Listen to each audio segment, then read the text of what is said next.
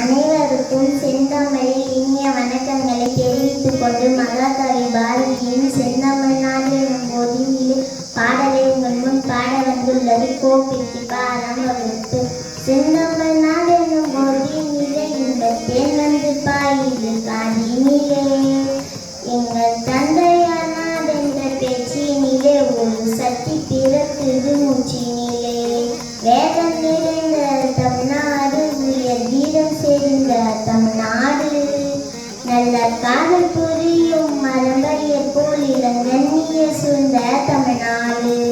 காவேரி தென் தன்னை பாலாறு தமிழ் கண்டந்தொகைய துணை நதி என மேலிய யாரு பலரோட திருநெறி செழித்த தமிழ்நாடு.